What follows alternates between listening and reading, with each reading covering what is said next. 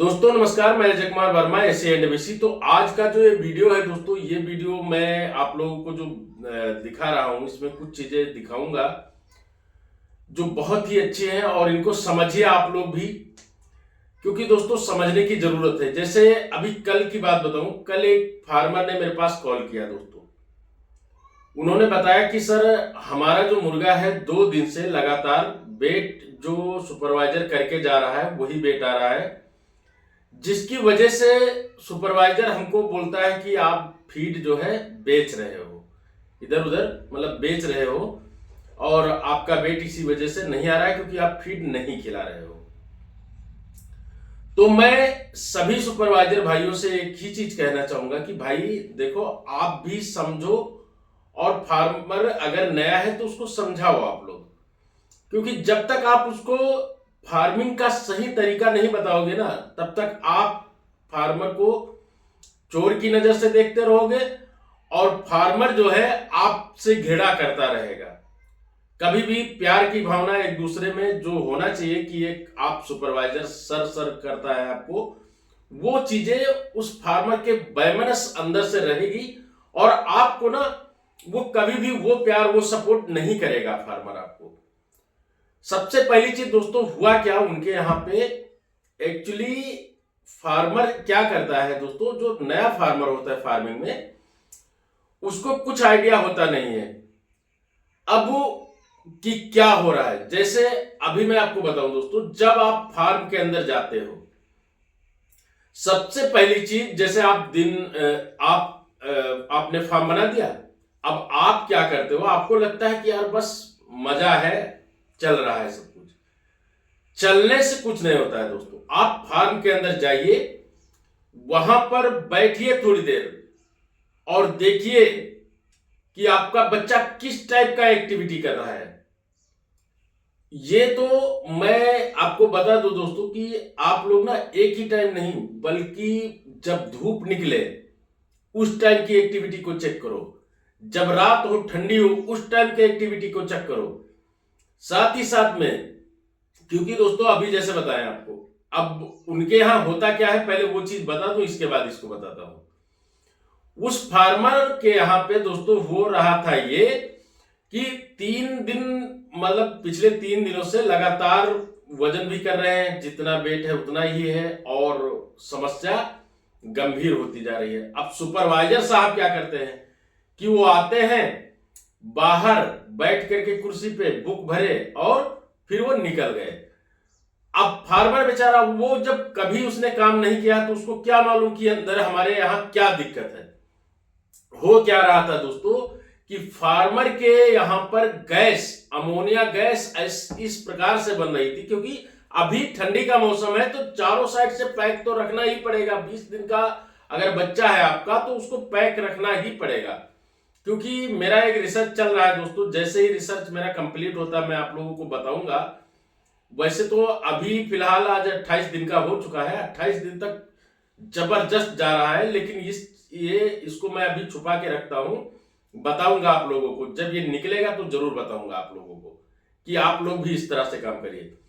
तो उनके यहां क्या होता था, गैस बन रही थी। गैस बनती है दोस्तों तब ना आपका मुर्गा जो होता है वो बीट भी पतली करने लगता है। फीड तो खा लेगा लेकिन वो डाइजेस्ट नहीं कर पाएगा सही तरीके से, जिस तरीके से डाइजेस्ट करना चाहिए फीड को।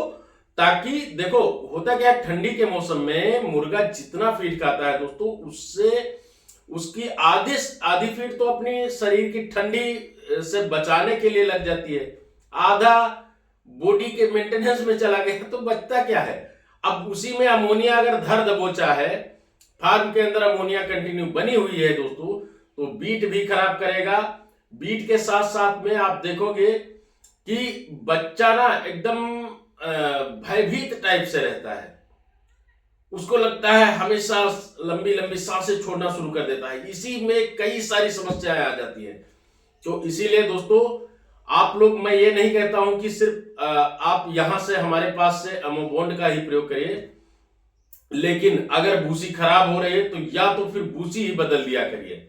वैसे अमोबॉन्ड का प्रयोग मैं बता दूं दोस्तों कि आप जैसे ही करते हो ना, अमोबोंड हो गया, और एक दवा है दोस्तों जो अमोनिया को पूरी तरीके से खत्म कर देती है।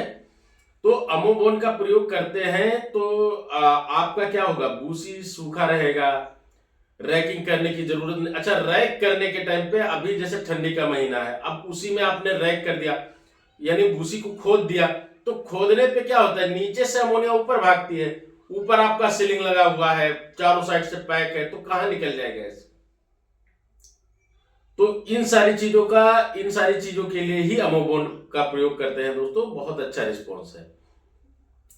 तो ये हो गया दोस्तों। अब इसी वजह से उनका मुर्गा दाना तो खा रहा है पर वेट नहीं ले रहा है, और जिसकी वजह से उस फार्मर को वो सुपरवाइजर साहब ने चोर बता दिया कि तुम चोरी कर रहे हो, इसीलिए दाना ही नहीं खिला रहे हो। जबकि वो, अब मेरे से तो बताया उसने सही सही, क्योंकि मैं तो उसका कुछ नहीं ना लेने जा रहा हूं, ना मैं कंपनी का आदमी हूं, ना कुछ हूं, तो मेरे से तो वो झूठ नहीं बोलेगा। तो उसने बताया कि सर मैं 1 ग्राम दाना भी नहीं बेचा हूं, और ना कहीं इधर उधर किया हूं, मैं सारा दाना खिला भी रहा हूं, पर वजन नहीं आ रहा है। हमने उनको जैसे जैसे ट्रिक बताया दोस्तों उन्होंने किया है। आज सुबह में ही बंदे ने फोन किया, बोला कि सर बहुत अच्छा है, और बर्ड का एक्टिविटी ही बदल गया। दोस्तों भूसी पे बहुत विशेष रूप से ध्यान देना होता है, खासकर ठंडी के मौसम में। ठीक, कल एक हमारे बंदे हैं दोस्तों, मेंबर हैं, उनका रिजल्ट आया दोस्तों। मैं 1 मिनट देखता हूं। ये इनके यहां पे 3975 चूजा पड़ा था, और ये ना इन्होंने कहा था कि देखिए सर, अब लगातार मेरी बुकें जो है खराब हो रही हैं, तो मुझे फार्मिंग से इंटरेस्ट इनका खत्म होता जा रहा था। अच्छा, इनके यहाँ जो समस्या होती थी, क्योंकि कुछ ऐसी जगह है दोस्तों जहां पे भूसी का मिलना बहुत मुश्किल होता है, वहां पे क्या लकड़ी का बुरादा हो गया या डायरेक्ट रेत की मिट्टी हो गई, इस पे लोग ज्यादा सही समझते हैं पालन करना।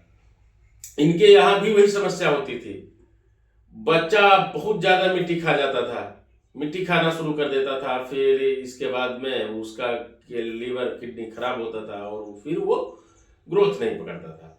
तो इनके यहाँ दोस्तों 3975 यानी 3975 चिक्स पड़ा हुआ था, और इनकी जो मोटेलिटी है दोस्तों, वो मोटेलिटी 6.918% मोटेलिटी हुई थी, यानी लगभग 7% के करीब में मोटेलिटी हो गई। इनका जो टोटल बॉडी वेट आया था दोस्तों, औसत body weight, average body weight 3 kilo plus है। आपको मैं स्क्रीन में दिखा रहा हूं, आप लोग समझिए, मैं यहाँ लैपटॉप में देख के बोल रहा हूं। इनका मीन एज जो हुआ 40 दिन हुआ, और ए ग्रेड में बुक है दोस्तों 12 रुपए 69 पैसे, यानी 12 रुपए 69 पैसे पर केजी इनको प्रॉफिट हुआ है। अच्छा, आप लोग भी सोचेंगे कि यार अब अच्छा है ये। एक तो पहली चीज दोस्तों, ये जो है फार्मर जो है, ये सुगना आईबी के साथ जुड़े हुए थे, और इनको जो पेमेंट आया है वो मैं एक बार बता देता हूं कि कितना टोटल पेमेंट आया है इनके पास। इतने बच्चे में 1,41,756 रुपए, 1,41,756 रुपए आए। लेकिन दोस्तों मैं आप लोगों को एक ही चीज कहना चाहूंगा, और आप लोग इसको समझिए, ये मत सोचिए। बहुत सारे लोग उल्टा पुल्टा कमेंट कर देते हैं कि अपने फायदे के लिए। मैं दोस्तों अपने फायदे के लिए नहीं, जैसे अभी इनकी बात ले लिया जाए, ये बेचारे पहले से इतना परेशान थे, रिजल्ट नहीं आ रहा था। इन्होंने क्या किया, मुझे 1,000 रुपए पेड किए। 1,000 रुपए पेड करने के बाद में दोस्तों इनको वो सारी चीजें मैंने सिखाई, सारी चीजें मैंने एक एक करके बताई कि इस टाइम पे ये दवा, इस टाइम पे ये दवा, इस टाइम पे ऐसा मैनेजमेंट। इसीलिए मैं हर दिन 1 मिनट का वीडियो लेता हूं, और इनसे हर बंदे को बोलता हूं कि भाई जो मेंबरशिप में हो, अगर कोई समस्या हो तो मुझे कॉल जरूर करो। अब बताओ, इनको 1,41,000 आया, 1,41,700 56 रुपए इनको प्राप्त हुए। अब वही 4,000 बच्चे डालते थे कभी, मतलब 4,000 बच्चे में इनका पैसा कितना आता था? 50,000, 55,000, 60,000। आज इनको कितना आया? ये आया 1.5 लाख, मतलब 1,41,000। तो इस तरह से दोस्तों, जब देखो फार्मिंग में अपने आप को ज्यादा ज्ञानी समझना मूर्खता होती है। मैं खुद बताता हूं, मुझे जानकारी है, लेकिन मैं भी इसके बारे में पढ़ाई करता रहता हूं। कुछ ना कुछ नई नई चीजें मैं अक्सर देखता रहता हूं, पढ़ता रहता हूं, समझता हूं उसको कि आगे क्या करना है। क्योंकि दोस्तों आपको बता दूं, जो 1992-93 की बात है, तब मुर्गे जानते हो कितने दिन में? 75 दिन में आते थे। इनका बॉडी वेट जो है 2 किलो आता था। धीरे धीरे परिवर्तन हुआ, ब्रीड में चेंजेस किए गए, उसके अंदर जीन्स अलग टाइप के मिलाए गए, और साइंटिस्ट ने उसको ऐसा खोज निकाला कि धीरे धीरे वो फिर 75 से 60 दिन में आ गया, 60 से 45 दिन में आ गया, 45 दिन के बाद में फिर क्या हुआ, 40 दिन में आ गया। और आज का दौर क्या है दोस्तों कि अब मुर्गे को 2 किलो लाने में ज्यादा से ज्यादा 32 दिन बहुत हो जाता है। 32 दिन में 2 किलो लगभग बहुत सारे फार्मरों का मुर्गा हो जाता है, अगर उनका मैनेजमेंट बेहतर है। मेरे ऐसे कई सारे मेंबर हैं दोस्तों, जिनका 31 दिन 32 दिन में वो खुद बताते हैं कि सर 2 किलो क्रॉस कर रहा है मुर्गा। तो ये चीजें होती हैं दोस्तों, सही समय पे सही दवाओं का प्रयोग, सही क्रम से प्रयोग। जैसे अभी आपको शुरुआत में चूजा आता है, अब मैं इजी ब्रूड क्यों देता हूं? इजी ब्रूड देने से दोस्तों बर्ड ना, जो स्ट्रेस, जैसे आप कहीं जाते हो, आप हम लोग कहीं जाते हैं। अभी मैं पिछले दिनों में दिल्ली गया, रात भर में दिल्ली गया, फिर उधर से दिन भर में वापस आया। अब मैं सच बता रहा हूं, वहां से आने जाने में मैं बैठा था, जैसे यहाँ पे कुर्सी पे बैठा रहता हूं, ऐसे गाड़ी में भी कुर्सी पे बैठा था, आराम से ड्राइवर गाड़ी चला रहा था। लेकिन वो ना एक ऐसी फीलिंग आई, उस दिन मैंने शाम को अपना फोन बंद कर दिया। रात में जब मैं घर पे पहुंचा तो मैंने कहा अब मुझे रिलैक्स होकर सोना है, मैंने अपना फोन बंद कर दिया। तो इस तरह से बच्चा होता है यार, छोटा चूजा होता है, वो स्ट्रेस से आता है। स्ट्रेस से आने के बाद में अगर उसको स्ट्रेस बेल टाइप से कोई दवा ना दी जाए, यानी कि ऐसी कोई मेडिसिन ना दिया जाए कि सिर्फ उसका स्ट्रेस दूर हो, उसको इम्यूनिटी बढ़ जाए, तो बच्चा क्या करेगा? बच्चा ग्रोथ नहीं करेगा उतना अच्छा। यानी सारे बच्चे एक साइज में नहीं रह सकते हैं। लेकिन जब आप इजी ब्रूड दे देते हो ना, तो बच्चे में सारी समस्याएं खत्म हो जाती हैं। उसको जो शुरुआत में जो इम्यूनिटी के लिए चाहिए वो भी उसमें तत्व मौजूद होता है, और उसको पी करके बच्चा बहुत ही अच्छे से सरवाइव करना शुरू करता है। फिर इसके बाद में हम क्या करते हैं, हम उसको रात में 1 डोज अल्काइल दिला देते हैं, नेक्स्ट दवा में बीटाडीन दिला देते हैं, इसके बाद नेफ्रोबिन दिला देते हैं, या आपके पास जो भी रहता है। जैसे फार्मर जो लोग हमसे दवाएं, तो वैसे सारे फार्मर हमारे जो हमसे जुड़े हुए हैं लगभग चला रहे हैं। अगर जिनके पास नहीं रहती है जो दवाएं, तो उनको मैं बोलता हूं कि ये दवा आप और खरीद लाओ।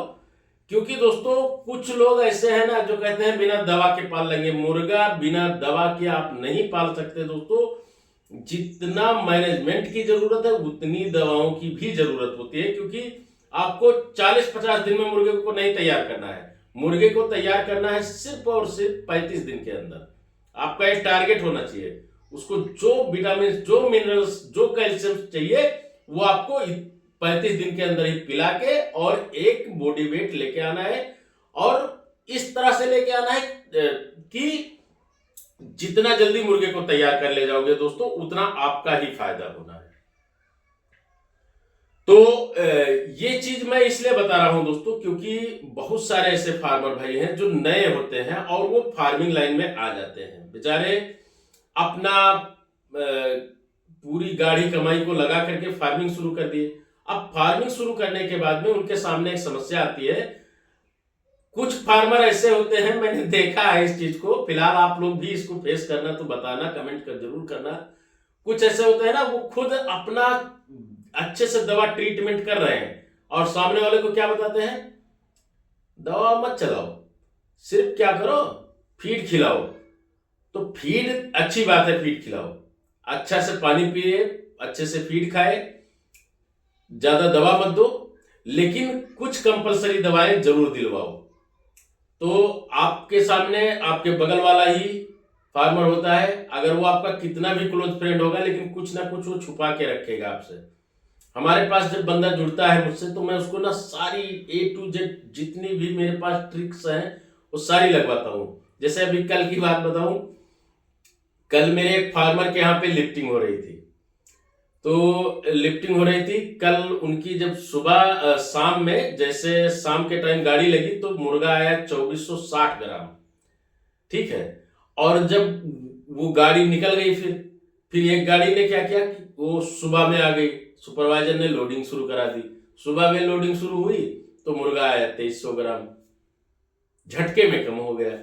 तो इस तरह से मैं ट्रिक्स भी देता रहता हूं दोस्तों, ताकि हमारे फार्मर का एफसीआर अगर थोड़ा मोड़ा बिगड़ भी रहा है तो वो भी सही रहे। क्योंकि दोस्तों सारा खेल एफसीआर का होता है ब्रायलर फार्मिंग में।